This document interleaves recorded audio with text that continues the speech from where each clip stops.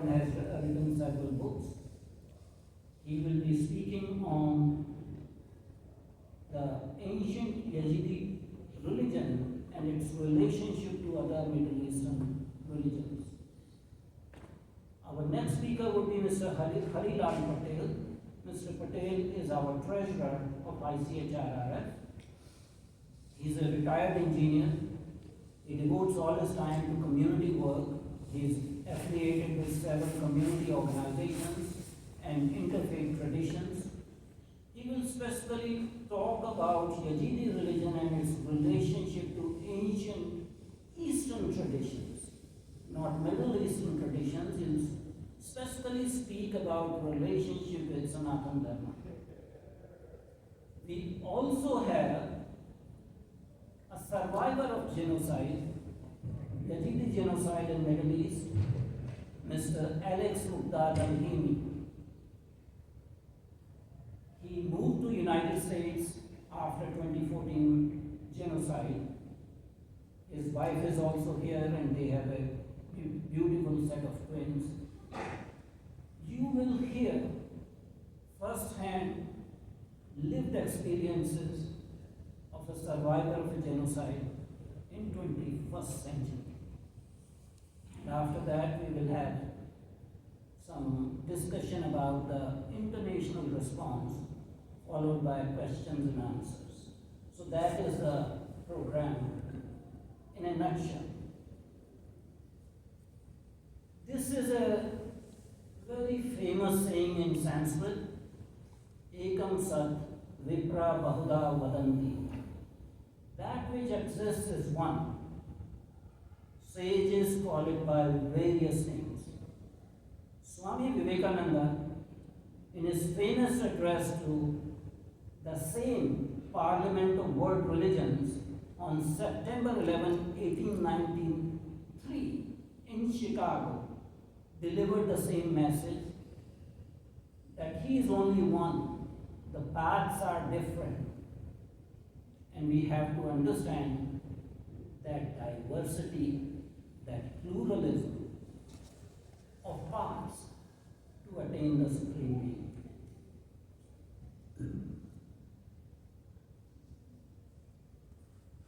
I think what we are seeing now, that physical colonization has been replaced by spiritual and religious colonizations. There is intellectual colonization and subjugation that demands uniformity of belief system.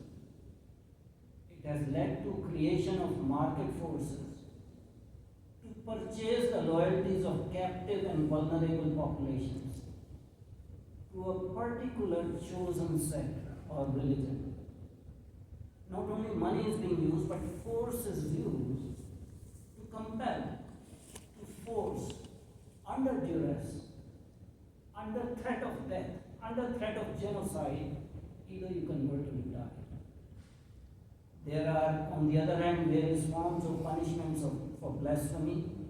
In the extreme form, death penalty have been used to control the adherents and stifle the curiosity of man. In such an oppressive system, the followers of the indigenous religious traditions have either been lampooned as pagans, heathens, kafirs, non-believers, and they have been annihilated and killed, exterminated. So we are dealing with this mentality, this binary mentality, us versus them.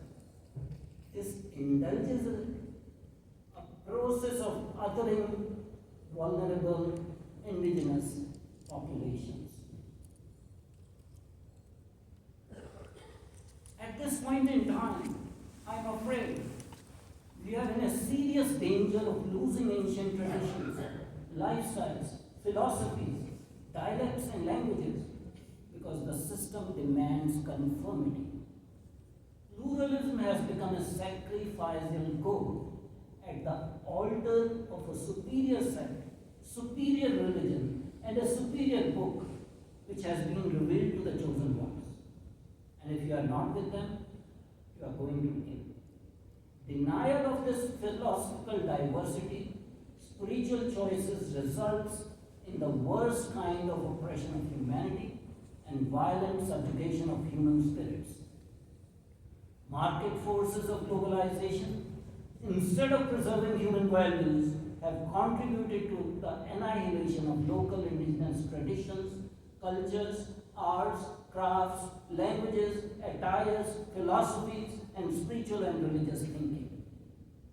Therefore, it is imperative for us to protect the weak, save these vulnerable, marginalized, indigenous communities, their religious and spiritual traditions, for sake of humanity.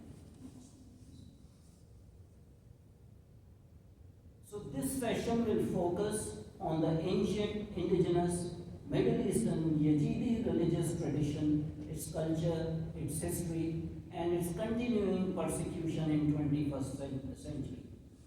Yazidi religion, the Yazidi faith is an ancient monotheistic faith based on the belief in one God who created the world and entrusted into the care of a heptad of 7 holy beings, often known as angels. This session will look into its links with other later Middle Eastern monotheistic traditions as well as Eastern religious traditions. It will also focus on genocide and this community has faced, not only in medieval times, but also in the modern times, and we will also try to talk about solutions.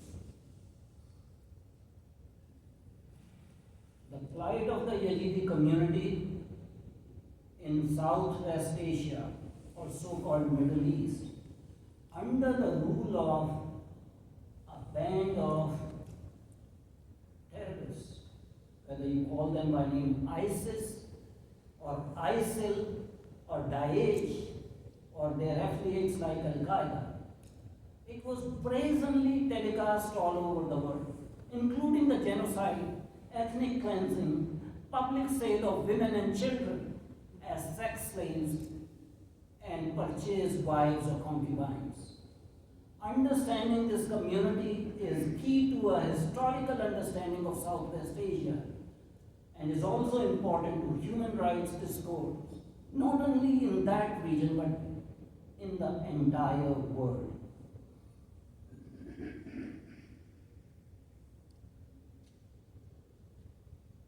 As I said, we have a number of speakers. One of our speakers was not able to join because of family emergency. His name is Professor Ved P. Nanda. Professor Ved P. Nanda is Professor of Law at the Stern College of Law, University of Denver, and serves as Director Emeritus of the International Legal Studies Program at University of Denver. In year 2006, Professor Ved Nanda was honored with the founding of the Nanda Center for International Law. He served as Vice Provost of the University of Denver from 1994 to 2008. He holds or has held numerous official posts in international, regional, national, professional, and civil society organizations. He is widely published, having authored or co-authored more than 24 books in various fields of international law. For his public service, legal scholarship, and contributions to human rights, Professor Ved P. Nanda has received a number of awards, including Padma Bhushan from Government of India, Gandhi Award, Martin Luther King Award, and Aikida Award for Community Peace Building. I am very delighted to say Professor Ved P. Nanda is one of the members of the Board of Directors of International Commission for Human Rights and Religious Freedom. He also serves as chairperson of the International Advisory Board of the ICHRRF, and in his honor, he has started a Human Rights Fellowship Training Program for the next generation of leaders so that they could be trained into human rights field without any cost to them. I have a statement from Professor Nanda because he could not come, so I am going to read his statement to this august body verbatim. It seems most appropriate that the International Commission on Human Rights and Religious Freedom is discussing the issue of Yazidi genocide at the 2023 Parliament of the World's Religions. One of the most threatened minorities, the Yazidis have been persecuted for too long. Their religion and religious traditions have been widely misunderstood. The Islamic State, or ISIS, committed atrocities against the Yazidis in 2014, calling them the devil worshippers. The reason is that at the center of the Yazidi religious belief is a fallen angel who was forgiven by the God and set to govern the earth in God's place. As in both Christianity and Islam, the devil is presented as a fallen angel, and hence the Yazidis were considered devil worshippers. So they deserved extermination. The United Nations Human Rights Council has addressed the question of Yazidi genocide in May 2021 at the council meeting. Special advisor and head of the United Nations investigative team to promote accountability by crimes committed by the Islamic State reported, quote unquote, I can confirm to the Council that based on our independent criminal investigations, we have established clear and convincing evidence that genocide was committed by the Islamic State to destroy the Yazidis as a religious group. The intent by ISIS to destroy the Yazidi, both physically and biologically, is evidenced by its ultimatum to all members of their community to convert or die. The Islamic State killed thousands of Yazidis pursuant to this ultimatum, and as they invaded and captured Sinjar, almost 500,000 Yazidis retreated to Mount Sinjar. For days, they were trapped with no food or water until Kurdish forces opened a corridor down to the Kurdish areas. Nearly 5,000 were murdered, executed en masse, or shot as they fled, and thousands more were enslaved. The United Nations team established that international crimes committed against the Yazidi community included, quote unquote, extermination, enslavement, sexual violence, forcible transfer, persecution on religious and gender grounds, and conscription of children into armed groups. Quotes closed. It is a shame that no one has been held accountable in Iraq, although the world's first trial addressing genocide crime against the Yazidis were held in a Frankfurt court.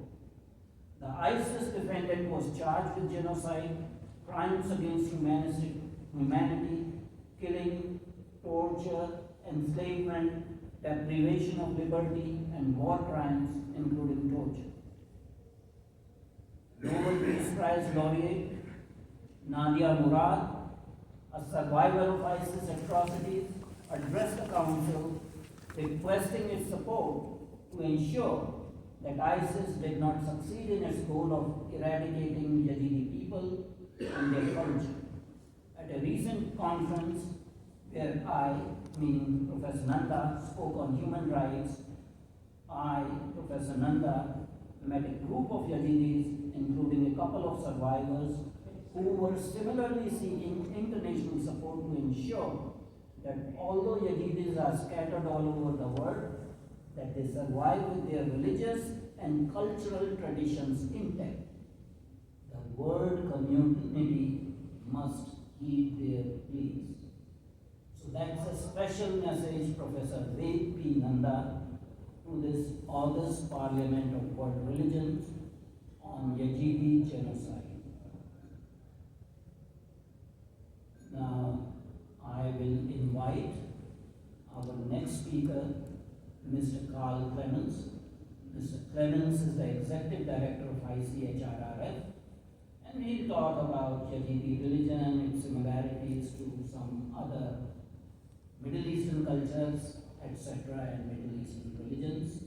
So, it's a pleasure to invite Carl. Carl?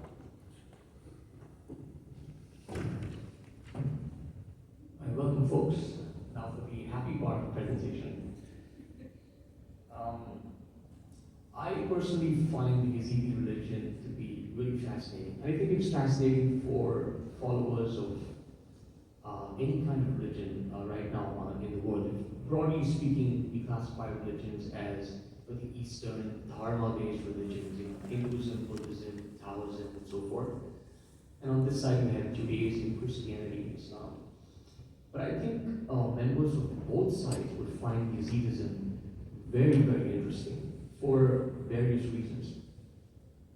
So Yazidis, their homeland is right in the heart of the biblical, they're basically from Babylon, that's that area that they inhabit. And what is their origin? Well, they don't have a prophet. They don't have a prophet or a set of prophets that it comes from. So in that sense, it's sort of similar to, say, Hinduism.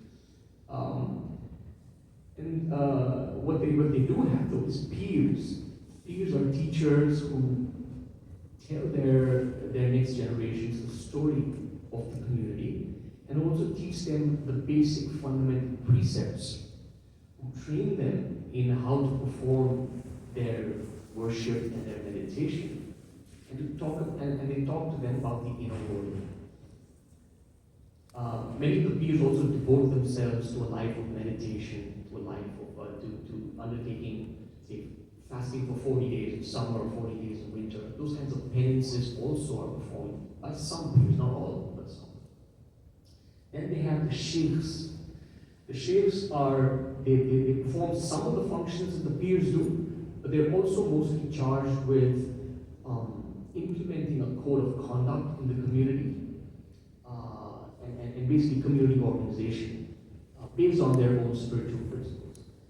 And the vast majority, the laity, are the murids. Murids basically just means a student of Yazidism. So very often these three are called castes of the Yazidis, but it must be mentioned here that the society as a whole is a homogeneous society. There is no real ethnic difference between any of these three so-called castes of the Yazidis. So they're basically a homogeneous ethno-religious identity. So you can think of it like the Jews, except that they don't have the chosen race kind of dogma to go with it. And they trace their roots to Armenia, some of them say from India or other parts of Eurasia. So I wanted to mention three words, and these three words are something that we at ICHRR, we basically try to assist communities that fit this description across the world, where they're facing persecution, or we try to tell their story, try to document and tell their story. So the first is polycentricity.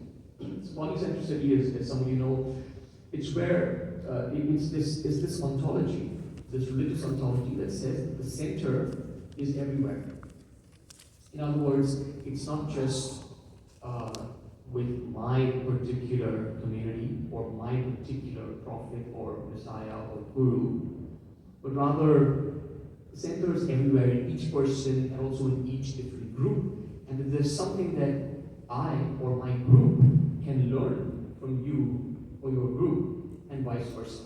So the Yazidis, while they maintain the integrity of their philosophy, of their ontology, and of their, you could say, their race, they have, through the millennia, constantly absorbed names, different names and ideas from other communities surrounding them, and of course they have deeply influenced many of the other traditions in the Middle East. So that's the first thing, polycentricity. The second is universalism. So again, it comes down to the idea that if I say that my guru or my teacher is the only way, and if you don't, then you're going to hell, that's not exactly universalism, that's more like totalitarianism. Whereas universalism is something like saying, if you breathe deeply, you can calm your mind. That's something that's universal to everybody. Right? So they have a universal perspective and a cosmogonal perspective. In other words, it's a meta-religious kind of perception of religion. It's kind of interesting. Even when they talk about God, they freely will use their own language word for God, they use a Persian word for God, they use an Arabic word for God. It's interchangeable for them. They're very comfortable doing that. And the third point is perennialism. In other words, there is no such thing that, okay, after this person came, it's a different dispensation, and everything that came before that has now been, abrogated. But rather, the truth is perennial. It always was, it is, and it always will be. And we have to try to get that truth through many different ways, through whatever works in this day and age. So, Yazidism kind of fits this mold in all three ways, and that makes it very, very interesting. I personally think that most religions today are moving towards these three, but some of them are just fundamentally so. And I think Yazidism is one of them. So, what are their basic tenets? Well, they do believe in one supreme God over all of creation. They believe in 7 archangels. That's a concept that is very familiar to members of all other religions, both East and West. Hinduism has these 7, and then the Zoroastrians from ancient Persia, the Magi, they had the Amesha Spenta, so the 7 archangels, and then of course there are archangels in Judaism, and Christianity, and Islam. Not necessarily 7, the number differs, but the same concept is there. Then they have 365 elemental beings connected with the forces of nature. They believe in an eternal hell and an eternal heaven. However, they also believe in reincarnation. In other words, it's not a one-life thing, but rather through a cycle of lives, one moves towards either an eternity in hell or an eternity in heaven. It's kind of interesting, and I feel like this particular aspect matches the most. If I were to do a comparative religious study, it would match most with the theology of a philosopher called Madhva in South India. And it's a subset of Hinduism called Vaishnavism. So that's something you wanna explore more. You can look into that. And finally, they have a very strong belief in non-violence as an ethic. They are so the genocide that Dr. Adityanjee was just mentioning that's happening right now is not the first time it's happened to the Yazidis.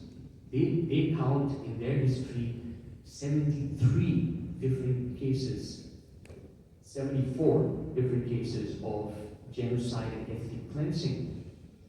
But through all of this, one would have thought that at some point they decided, you know what, we just have to militarize. But they haven't, and they still show no signs of it. At most, they're willing to develop police force for purely protective reasons, but they just don't believe in a militaristic worldview. What are the sacred elements of Yazidism? Well, like most ancient traditions, from ancient Greece to ancient China to ancient India, you have earth, water, fire, and air, which they consider to be pure and not to be polluted. But that doesn't just mean the environment. These aren't just physical earth, water, fire, and air, but rather the subtle elements called earth, water, fire, and air from which everything else is made. So in other words, these are the subtle elements apart from the gross earth, water, fire, and air. They attach a great significance to the sun. After all, without the sun, life on Earth would be impossible. So there's a lot of significance attached to the sun, and a lot of parallels there with Mithraism, which flourished in the same area, and of course Hinduism. The archangels of the esoteric world do not have an exoteric form. So their idea is that when God created, He first created an esoteric world, and then from there, through emanationism, the exoteric physical world came into being. So the archangels, they inhabit the esoteric world. They do not have an exoteric form, but they have exoteric symbols, like the peacock and so forth. The creation of mankind ends mythological time, and then it begins chronological time. So when man was created, according to the Yazidis, that ended the mythological age, which is that transition from the esoteric to the exoteric, and it began chronological time. What does their daily practice look like? Well, Yazidis are often known as the Sunrise Nation. That's one of the better names they have, apart from Satan worshippers and sun worshippers. But Sunrise Nation, because they're known to wake up at the crack of dawn. They pray, they say their morning prayers facing the sun. They praise the one God of all creation, and they ask for peace and blessings for all humanity. Some of their worship ritual involves lighting a lamp and things like that, but those are details I won't get into. This is kind of interesting, especially for Trinitarians. Radical monotheism, we talk about it in Christianity. The Yazidis also have a divine triad. So the first is the transcendent God. God, the personality of Godhead, as a being that has a personality but is also impersonal, beyond personality. So that's the transcendent God. That's one corner of the triad. The second is the emanation of that God as the master of the 7 esoteric archangels. The 7 archangels are also called Hefsir in the Yazidi language, which translates to the 7 mysteries. And you can think of it as the 7 stations of being as a person spiritually evolves. So I put down the names over there. Some of these names are immediately recognizable to followers of Judaism, Christianity, and Islam. So you have Israfil, or what in English we call Raphael, which, and I wanted to, so just putting down the names, I wanted to just translate what those words mean, just so they give an idea of those stations of being. So Raphael meaning God has healed. Jibrail or Gabriel meaning God is my man. Israel or Azrael, help is from God. Mikael or Michael, the likeness of God, or alternatively translated as a gift from God. Shifkael is a friend of God. Dendail, the journeyers of God. They constantly traverse the creation.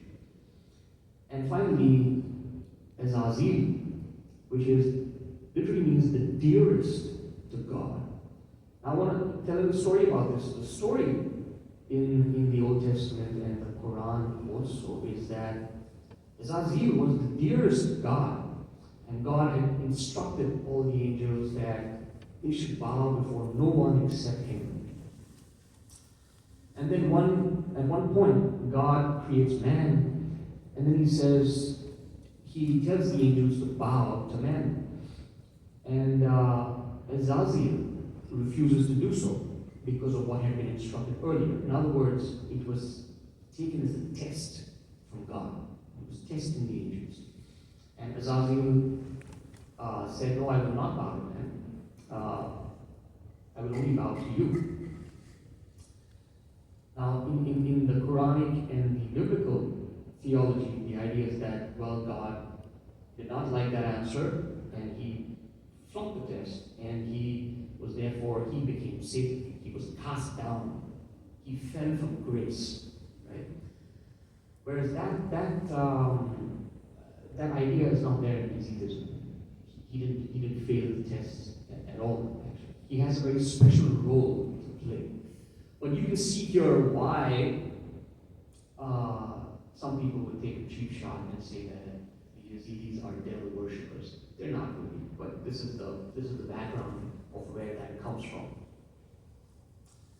Finally, the third part of that triad is the hypostasis of God as a human teacher of divine wisdom. And some human beings, they have that spark in them from the Lord to act as very pure teachers of divine wisdom.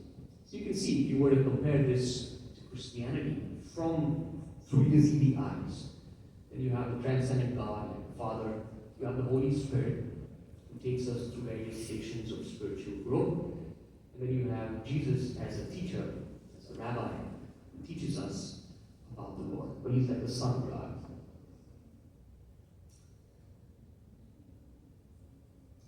The historical locus of Yazidism is kind of really, really interesting, and they have some information about the seed of why a vast and well-established religion like Islam is feeling so insecure and wants to wipe out the Yazidis.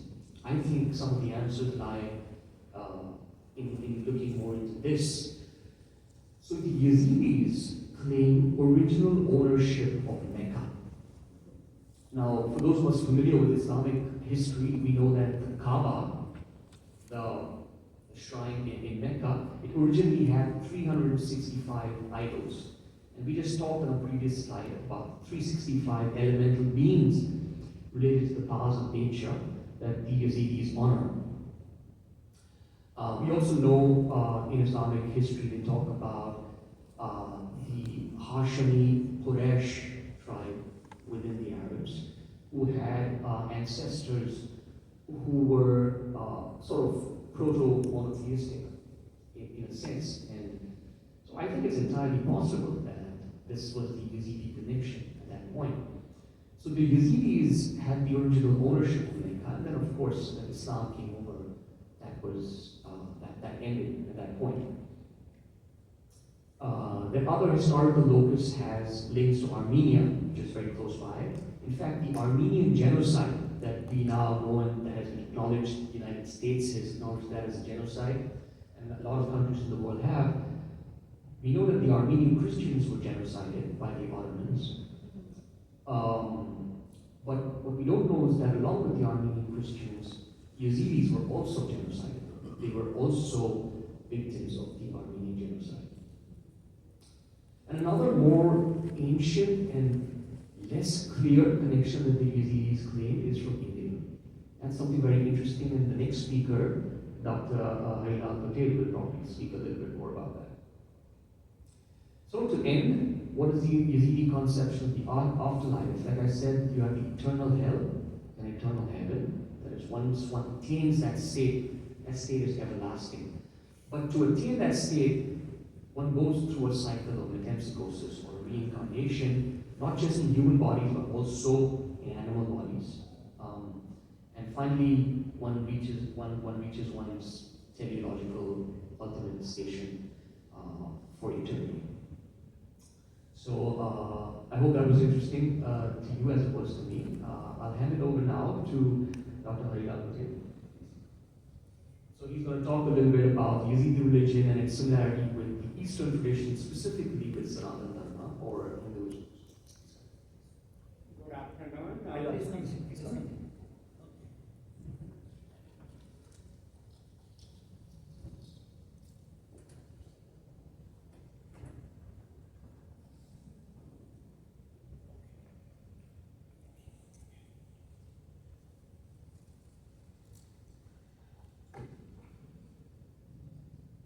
Good afternoon. My name is Harilal Patel, and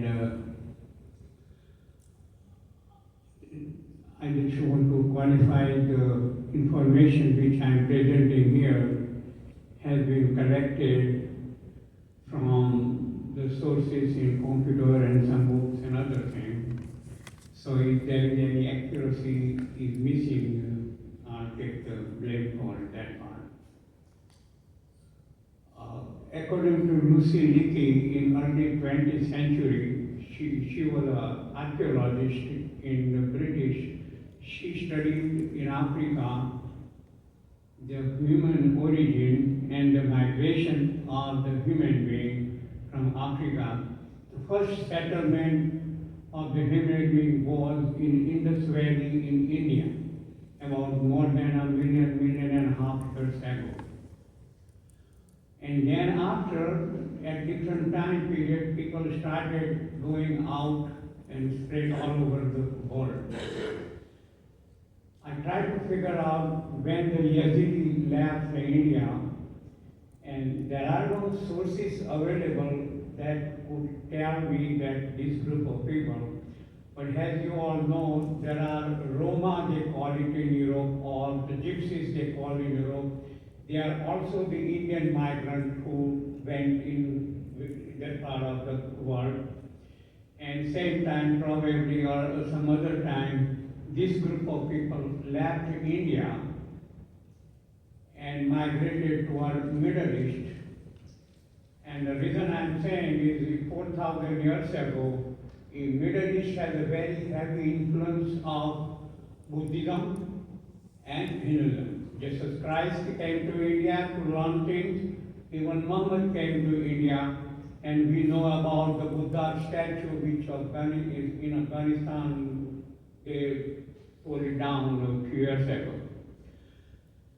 So looking at those things, and I found out this number 6,766 years ago.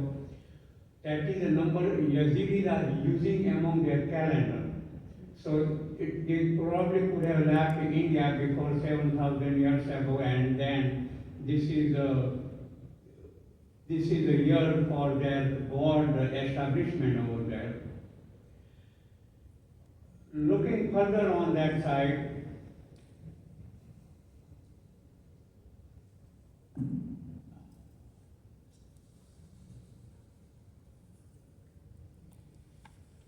though they left India, and then obviously they went to Iran and settled on a northern part of the Iraq on those mountains. So they basically blend very well with the Kurds. Kurds had a similar kind of culture and also religious things which are very similar to the Sanatan in India. So looking at current Yazidis' culture and religion, they have elements of Mithraism, which is also in Iran, ancient Mesopotamia, and Zoroastrianism. So it is kind of a blend of kind of a culture grew up in Iran, in that particular region over there. So, and they may have been also living there for this many years, have been probably influenced by the Sufis. Now, when we look further on these things, how many common things they have,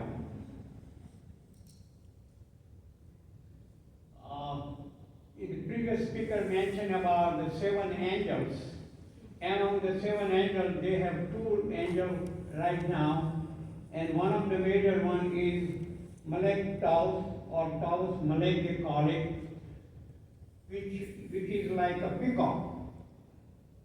And it is considered a messenger to the god, Yazidi god. And this is the same peacock in Sanatan Dharma. Shiva, one of the sons named Kartikeya, also has a peacock, and he rides on it.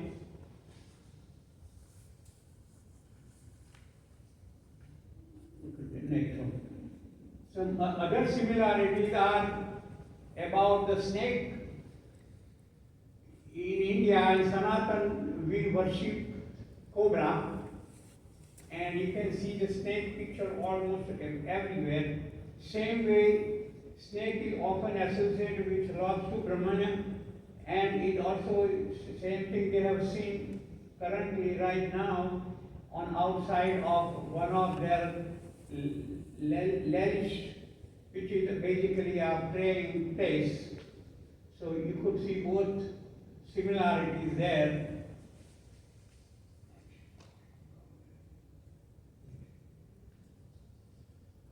Yeah. This is how he.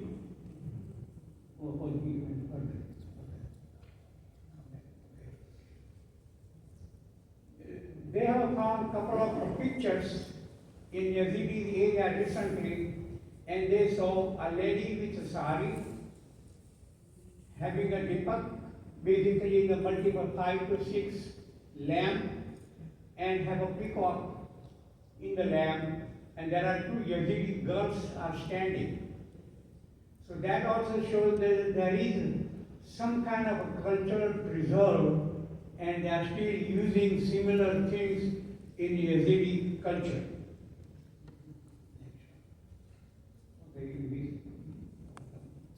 Okay.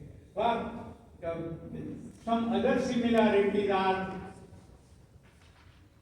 the tower, or you call it the top of the temple, which are conical shape, and Yazidis have a similar kind of shape also.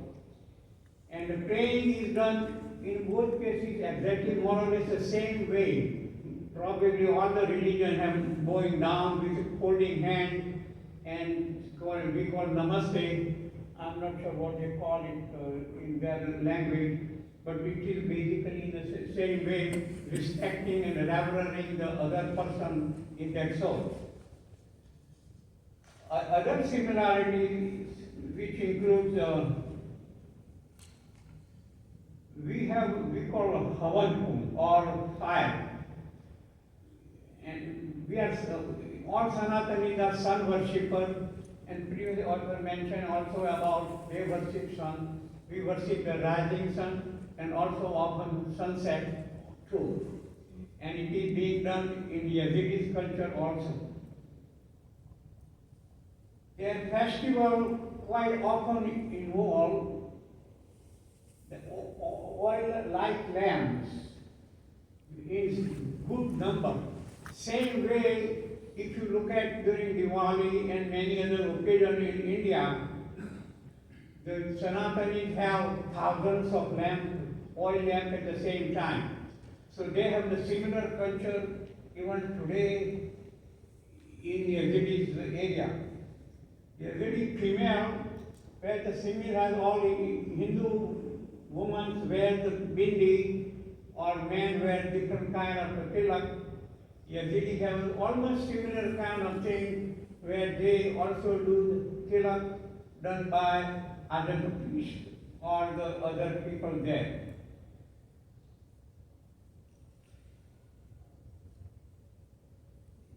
There is one more. Transmigration of soul. This was mentioned previously about reincarnation. They also believe in a transmigration of soul after death. So soul never dies, it just takes a rebirth and a rebirth again. I mentioned about Namaste. And Yazidi, while praying in a temple, they also have, let's say, the kumkum and those things. So more or less Yazidi's culture today reflects that they have many residual customs preserved as religiously as well as in daily life from when they migrated from India. Yes. Thank you, Dr. Harilal Patel. Our next speaker is Mr. Alex Mukhtar Alhamy. And as I said earlier, he is a survivor of the genocide. So, Mukhtar, please come over.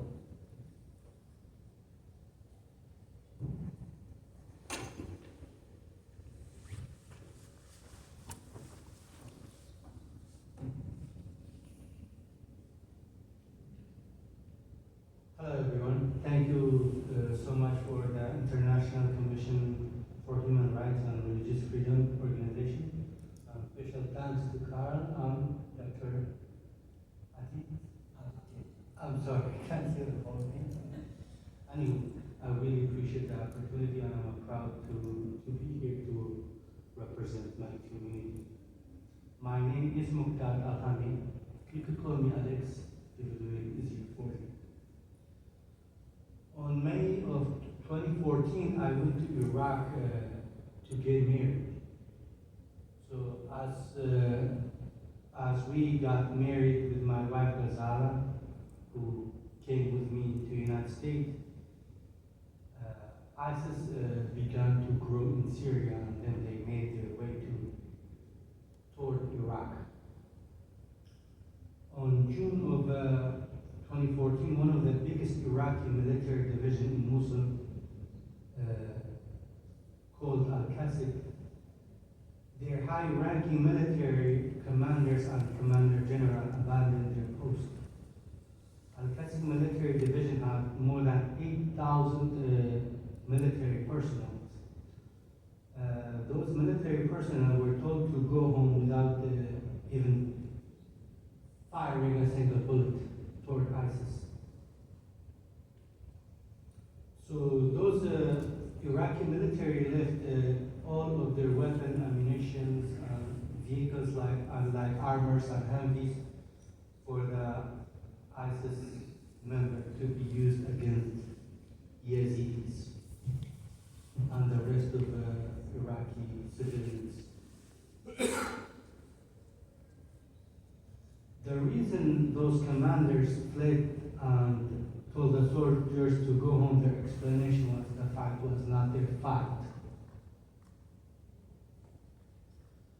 So one can speak that Iraqi government betrayed their people.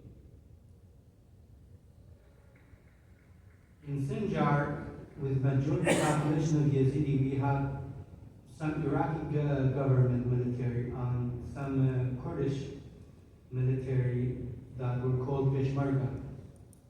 They work together but also separate units. Peshmerga were told Yazidis, we are here to protect you, we are not going to leave. And they had more than 12,000 soldiers. On August 2nd, as soon as ISIS made their way toward Sinjar, those 12,000 Peshmergas fled Sinjar like if they were the fugitives. But at least they had a decency to take their weapons and vehicles with them. But they also failed to protect Yazidis.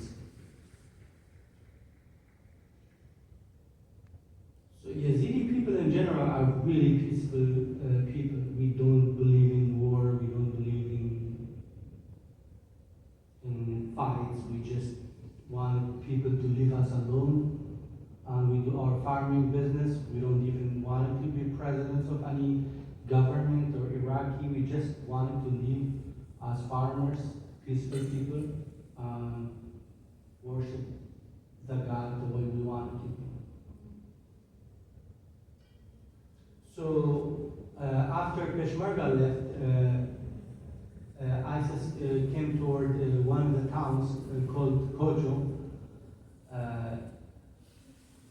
Yazidi people had some basic weapons, not much ammunition. They fought for about, I'd say, 2-3 hours, and there were no ammunition left. So ISIS came, took over the town. At the beginning, promised everyone, just lay down your weapons, we'll leave you alone, we're not here to harm you. A couple of moments later, they asked Yazidis, they separated Yazidi women, children, took them to one of the high schools, about 12,000 men. They also separated them in one group. A couple of moments later, they asked them to convert to Islam or die. As argument continued, they changed their mind at that point and killed all of those 1,200 men. They took women and children and used them as sex slaves. So on the first day of the genocide, more than 400,000 Yazidi fled the homeland to campus in Iraq and Syria. I mentioned already they killed 1,200 people in 1 hour. Over 160,000 Yazidi people migrated to the rest of the world. Right now we have over 2,700 orphans. Right now we have more than 3,500 Yazidi women are still missing. Most likely are being used as sex slaves. Over 360,000 Yazidi people still live in camps in Iraq. In those camps, they have just some tents made out of plastic nylons, and the temperature in Iraq, if someone has visited it, they could tell you it's very hot.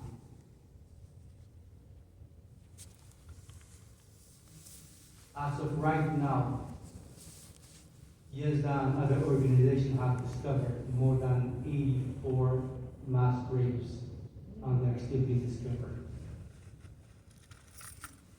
So far, 18 countries have recognized the genocide. What ISIS did is a genocide against Yazidi people. Some of those countries were Belgium, Netherlands, Germany, United Kingdom. The United States has taken it through the Senate, but has not made it official. So we're hoping that the United States will step up their game.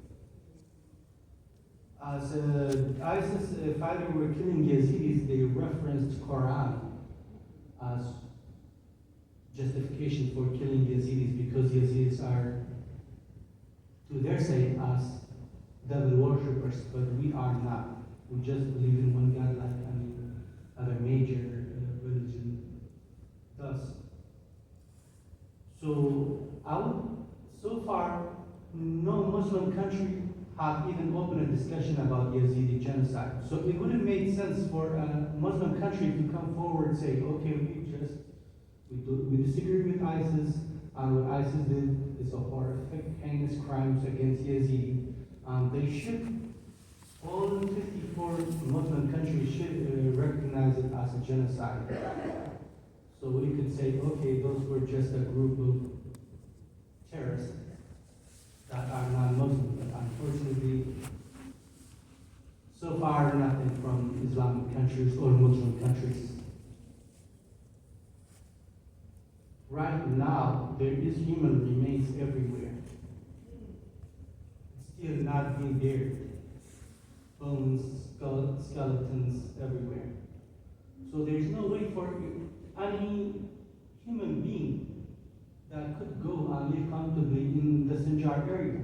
So there is no way for Yazidis to go back. Yazidis are being used as a political football.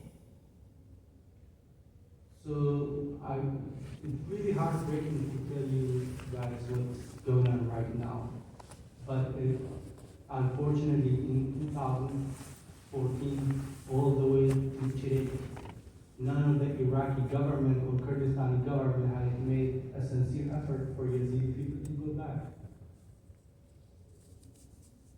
The United States, when they closed the doors in previous administration to some Muslim countries, they forgot that Yazidi people that in Iraq been persecuted, but they closed the door for Yazidis just because they were Iraqis. So not even many people in Congress knows about Yazidis, and here we call ourselves like freedom fighters. But when it comes to Yazidis and minority groups in Iraq, it's because they don't own major fields of oils, they are not as important. I'm sorry to say it, but I don't see it any other ways. When ISIS made their way toward Kurdistan, right away, U.S. military fighters got out in the air and started bombing. Why? Because there was an oil field there. So not only the Iraqi government betrayed their people, not only the Kurdistani government failed the Yazidis, the United States failed the Yazidis as well. One of the solutions would be, it's very difficult, nearly impossible for Yazidis to go back, at least open some doors for people that want a better life. And we really don't want to come here and be on social programs. We want to work hard, we want to be valuable members of the society in the United States. A lot of Yazidis right now, as you can tell right now, I don't even look at my notes because I have family members in Iraq. I talk to them, they talk to me. right now they are alive, but their life is pretty much worthless. 110 degrees, no electricity, Sinjar, no clean water, no hospitals, no electricities. In that hot heat, it's very, very difficult for any human beings to live. Yazidi women right now, they came back from, if some of them, we bought them from ISIS, not because somebody rescued them. They are being sold to Yazidi women right now, to everyone. So we're lucky if we get a way to find one of them being sold that we could buy them. Because the Iraqi government is not going to rescue them. None of the countries it's inconvenient for any other countries to just help. So I just don't know what to say. Right now there is more than 3,500 Yazidi women are being sold in the street, used as sex slaves in 2023. There's people that are missing that we don't know where they are. But it was some national news in 2014, but news ends as soon as the cycle runs twice.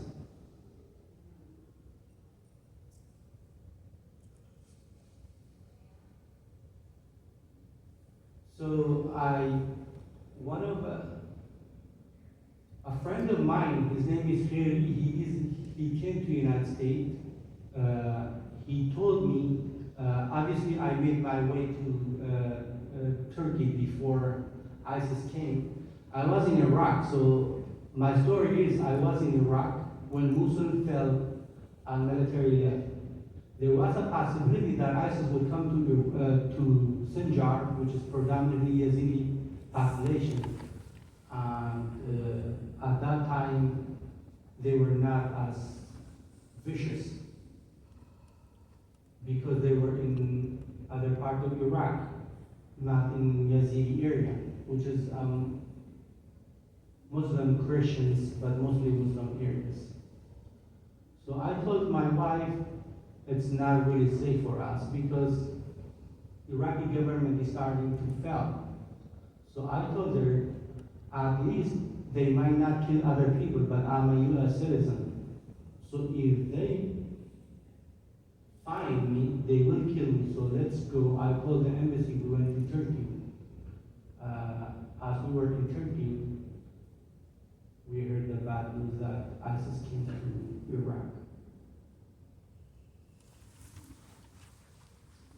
So a friend of mine, and obviously my family's grandmas, everybody fled on foot. And if I tell you everyone's stories, it will take days, if not months, because I know hundreds of people that were just trapped in the mountains.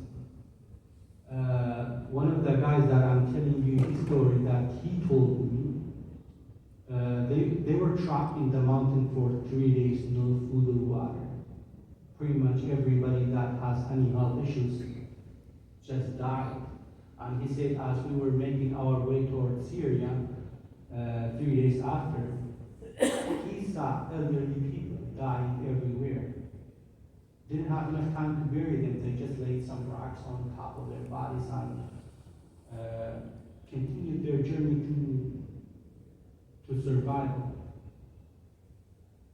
One of the stories that he said, he found a woman that had a child.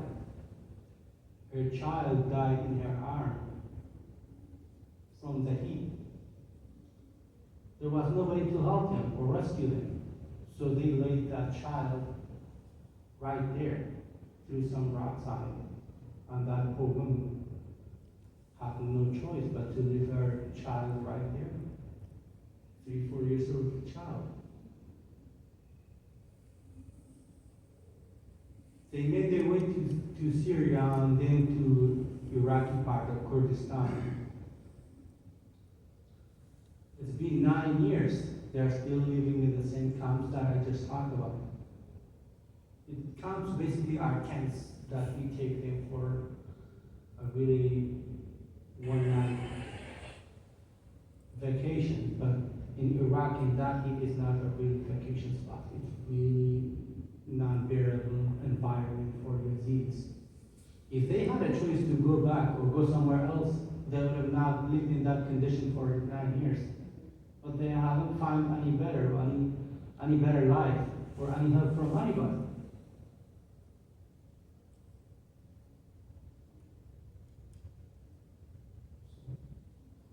It's just the rest of the world is just watching, and I really appreciate you guys coming to at least listen. But not many other people or leaders are willing to even listen because they don't have direct benefit from listening to it. In Iraq, Kurdish Peshmerga from Syria came to rescue Yazidis at that time, but they remained in Sinjar. Now they are not leaving Sinjar. Turkey knows where they live, in Syria and Turkey, but they are not even looking for them. They bombed the Sinjar area because Sinjar area is open border to everyone. It's open season for Yazidi people. So it's convenient. Turkish government right now is bombing the Sinjar. Says we're looking for Kurdish people. Well, Kurdish people live in Turkey too. They live in Syria. Why bring that fight to Iraq? Kurdistani government and Iraqi federal government are both fighting over Sinjar, but when Yazidi people say, well, make the Sinjar better, bring clean water, bring food, so we could go back, each one will say, no, we don't control it, the other group controls it. It's a political football. Right now, Yazidi live in that, those who are not with ISIS live in camps in Kurdistan because in a couple of years there will be voting, and those votings are necessary for Kurdistani government. If they go back to Sinjar, nobody can control it. So I wish if I could tell we have somebody to help us. I wish if I could tell the world is a peaceful place, but as Yazidi, I really can't. Because of the experience that we go through every day, just because we are Yazidis, because we didn't form any militaries, and we don't have oil field in Sinjar. All I'm hoping is there would be an oil field in Sinjar so Yazidi people could live better.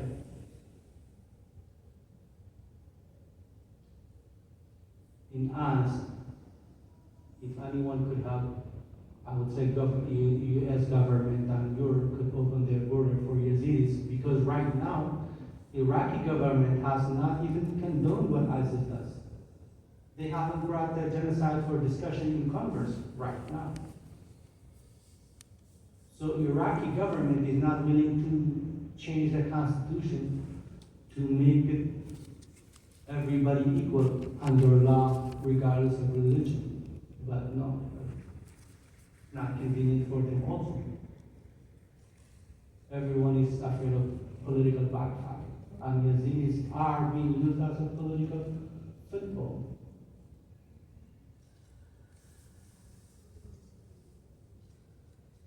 If I had a chance, or if I had a request, I would say it would be nice for any political resolution in Iraq. And I would say it would be very nice and helpful for at least U.S. government to open some cases for sending Yazidis to make their way to better living. At least we have a religious freedom in here.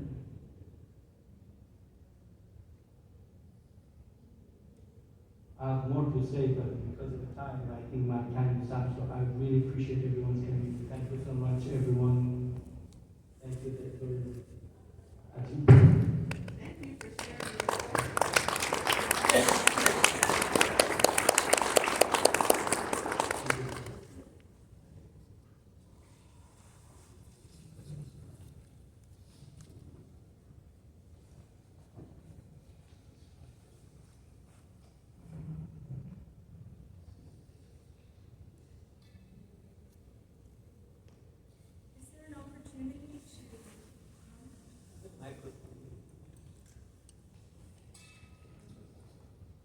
We will take comments at the end. Please hold on. Please hold on. We still have some.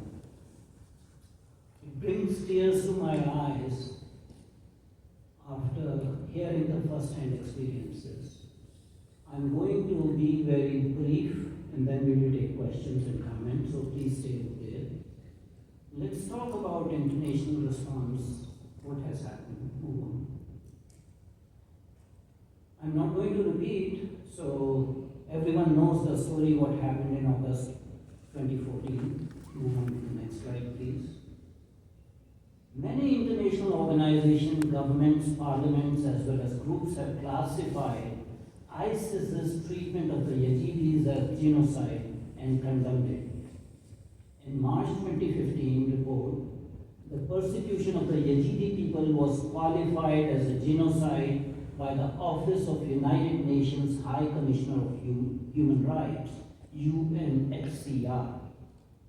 In August 2017, the Independent International Commission of Inquiry of Syrian Arab Republic of the United Nations Human Rights Council stated that ISIS committed the crime of genocide by seeking to destroy the Yazidis through killing, sexual slavery, enslavement, torture, forcible displacement and transfer of children, and measures intended to prohibit the birth of future Yazidi children. The United States Department of State has formally recognized the Yazidi genocide in areas under the control of ISIS in 2016 and 2017. On March 14, 2016, United States House of Representatives voted unanimously 393 to 0 that violent actions performed against Yazidis, Christians, Shias and other groups by ISIS were acts of genocide. On March 17, 2016, United States Secretary of State John Kerry declared that the violence initiated by ISIS against the Yazidis and others amounted to genocide. Ironically, former President Barack Obama admitted that initially the United States government had ignored the threats posed by this Hydra-headed entity, ISIS, ISIL, Daesh, because United States had geopolitical objectives. United States wanted this terrorist organization to overthrow the Syrian government headed by Dr. Bashar al-Assad. So they let it survive, they let it grow into a big monster and let this genocide happen. Next one, please. I'm sorry to say that not only the Middle Eastern regional countries, Islamic countries have refused to condemn this as a genocide, but lo and behold, Israeli Knesset in 2018 voted down a bill 58 to 38 that would have recognized that Yazidi people had been victims of genocide. There cannot be any more shame than this. In addition to conferring official Israeli recognition that Yazidis have been victims of genocide, this legislation would have established a memorial day to the Yazidis and would have mandated that their case be made part of country's school curriculum. In fact, in Israeli parliament or Knesset, Deputy Foreign Minister Sipi Hotoveli, participating in the debate, stated that the government would not support the bill as long as United Nations has not recognized the genocide, but United Nations had recognized. So what can be greater shame than this? Again, the geopolitical motives were operating. Israeli government was under pressure. By whom not to recognize Yazidi genocide? I don't want to go into the statistics. Yazidis had to flee to neighboring countries. In Syria, the UNHCR provided some material and transportation to Yazidi refugees, and local Syrian communities cooked meals for them. Turkey actually initially took 2,000 refugees. where they were provided food and medical care. But then they were turned back because Turkish government was afraid that Kurdish militants could be masquerading as Yazidis. US military airdropped food and water to Yazidis who were trapped in Mount Sinjar. Go ahead.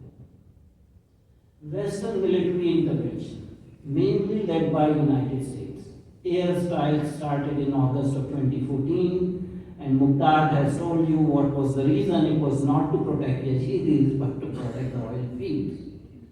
In fact, no US troops were deployed on ground. The United States sent its forces anywhere and everywhere, but no US forces were deployed on the ground because Barack Obama wanted no US soldier's life to be sacrificed at the altar of this genocide.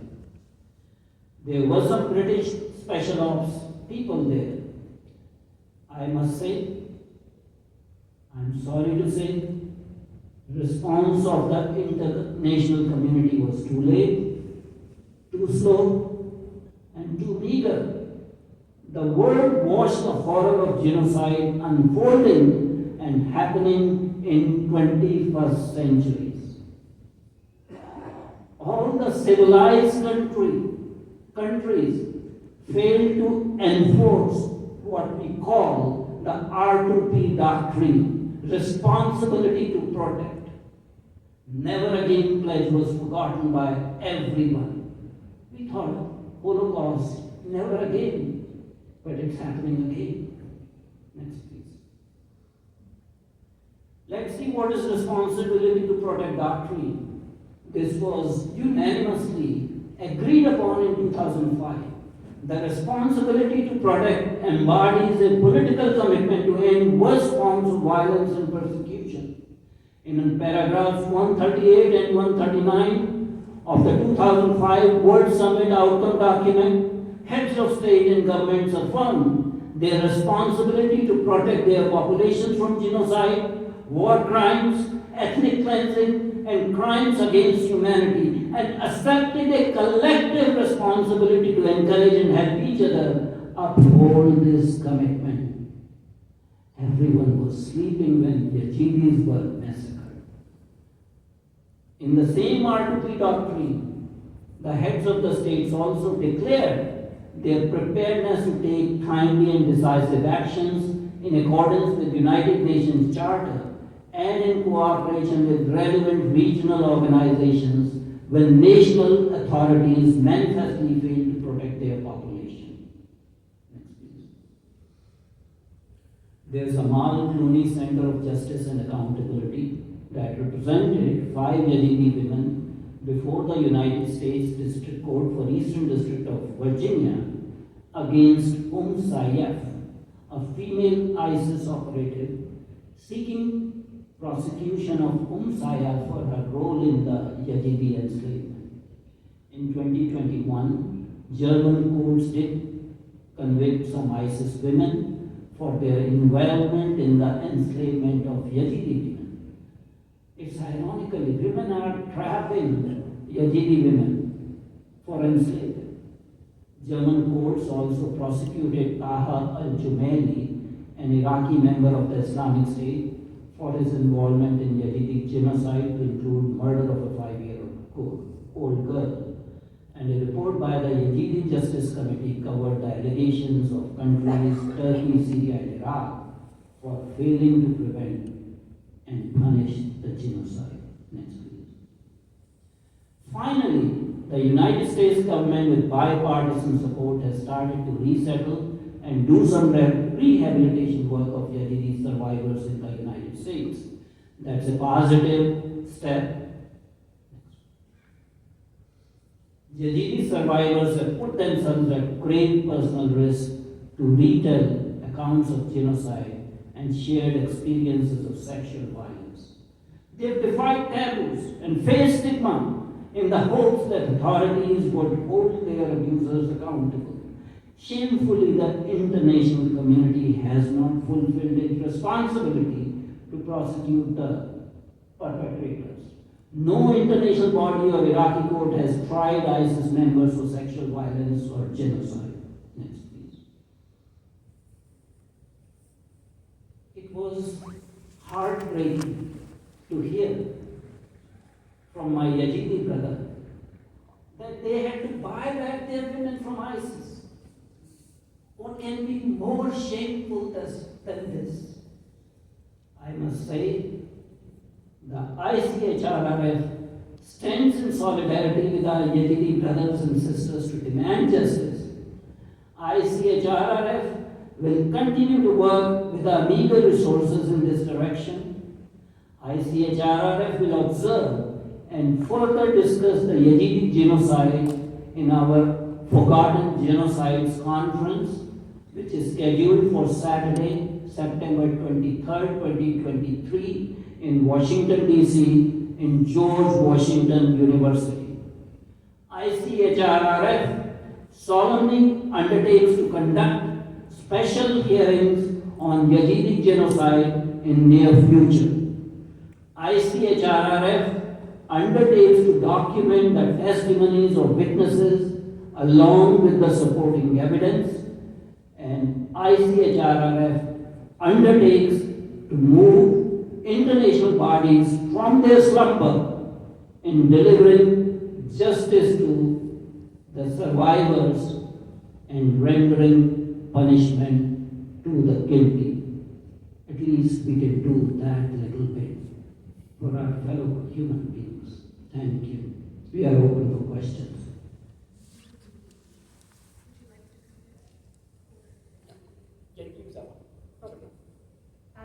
I'd like to introduce myself. My name is Beljarneski. I'm from Winnipeg, Canada.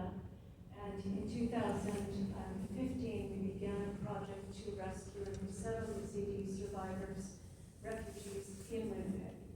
It was a project that grew organically. It began in the Jewish community and then became a multi-faith effort.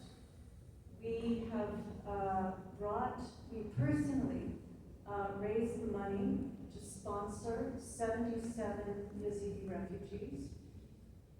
At the same time, the federal government of Canada brought in altogether about 1,000, they say 1,200, but about 1,000 Yazidi survivors, but then didn't provide any kind of help for them. So Operation Ezra, which includes earlier Yazidi refugees to Winnipeg, took that upon themselves, and the government we brought in families from Turkey.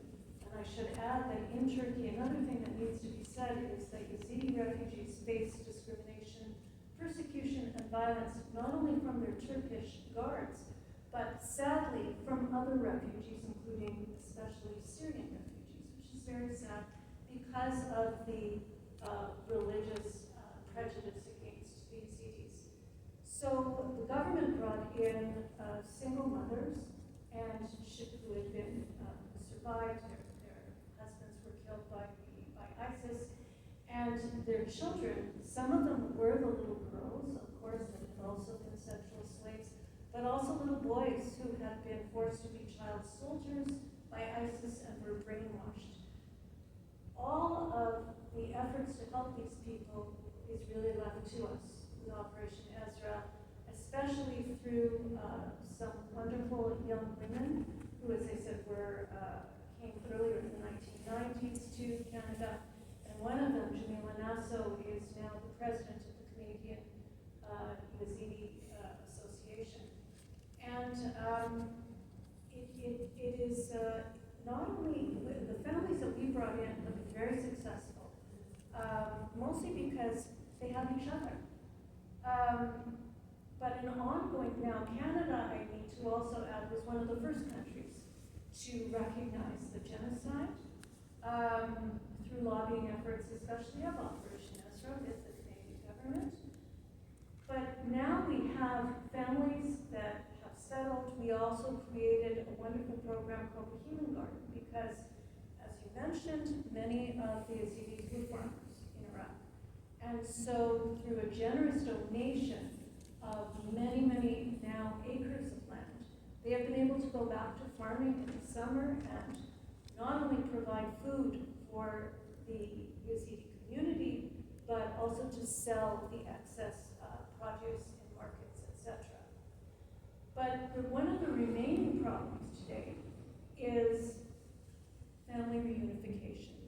So whether it's our families who now are in a position to financially bring their family members together and bring them to Canada, also the single mothers who have been able to find some family members.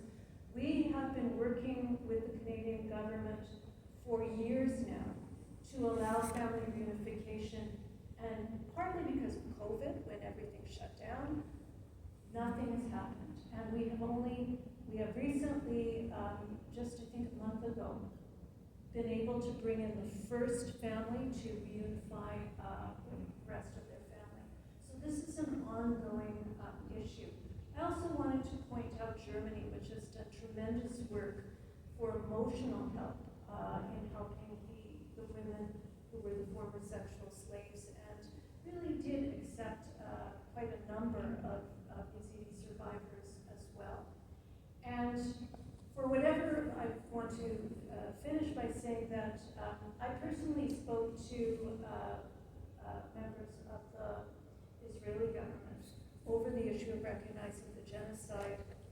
There are also many other genocides, unfortunately, that for one reason or another have not been recognized by the Israeli government, but Israel did allow Yazidi survivors into Israel and provided help. Israel has a great deal of experience in working with survivors of genocide. And finally, to say never again, there are many other genocides that are ongoing in our world.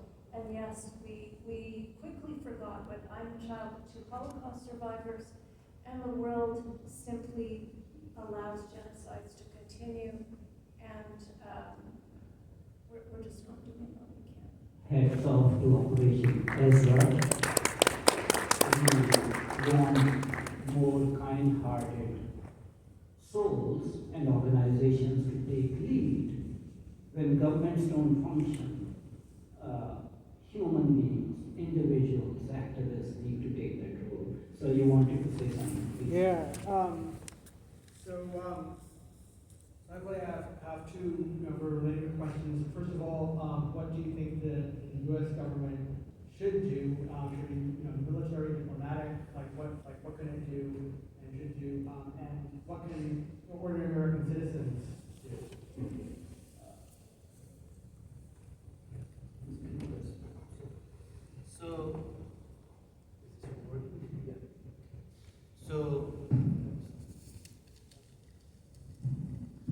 So as far as military is over. Yeah. Hopefully they can. ISIS has, as this is weaker right now. We're hoping.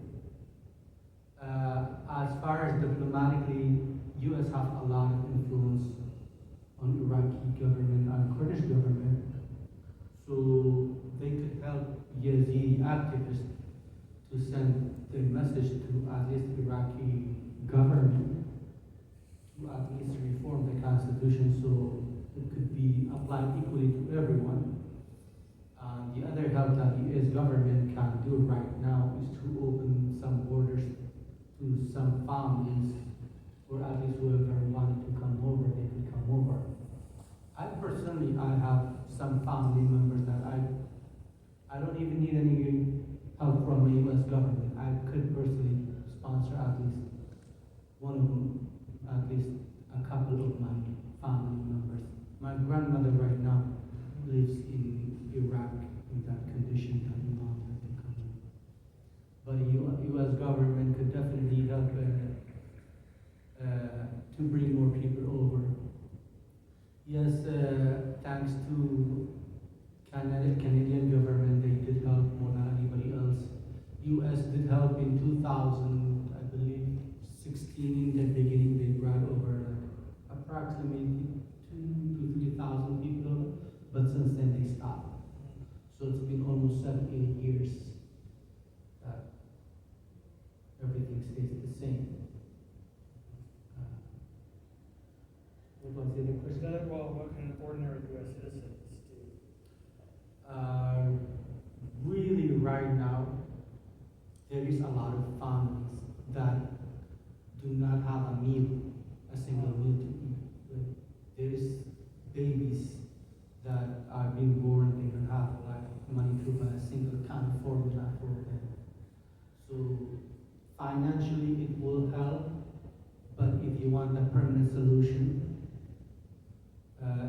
the government could change the constitution, provide some protection for Yazidis to go back. U.S. government could provide some protection for some Yazidis to go back. But the most important solution for any country, really, to give an opportunity to Yazidi people, because yes, some of them are, a lot of Yazidi women were being slaved, a lot of men were taken as also slaves, a lot of people survived.